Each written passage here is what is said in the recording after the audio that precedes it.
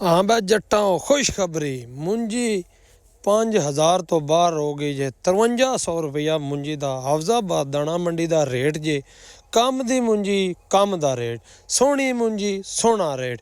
ढेरी नाल ढेरी पई है, हर पासे वेंदे तोल लग गए ने ते बोली हो गई है ते मुंजी सोहनी है ते सोहना ही रेट है ते आ वेंदे हो ढेरी नाल ढेरी पई है।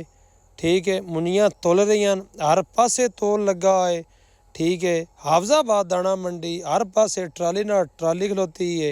आ भी एक तोल लगा चाचा इंज ही बैठा है जिमें मिला बेड़ी रोड के बांधे, पर पिछो मांजे नाल सफाई है इंज करदा है ना, जिंदा ना है चाचा काला, ये इंज सफाई मांजे नाल पिछो करदा है। वाह मजाल है, कंडा लगा होवे ते ये पिछो मांजा मारे, जिस टाइम मांजे ढेरी तुल जाए तो पिछो इंज मांजा मारदा है।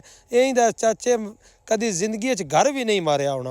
वसदे रवो, चंगा रेट, चंगी मुंजी, कम दा रेट। अस्सलाम।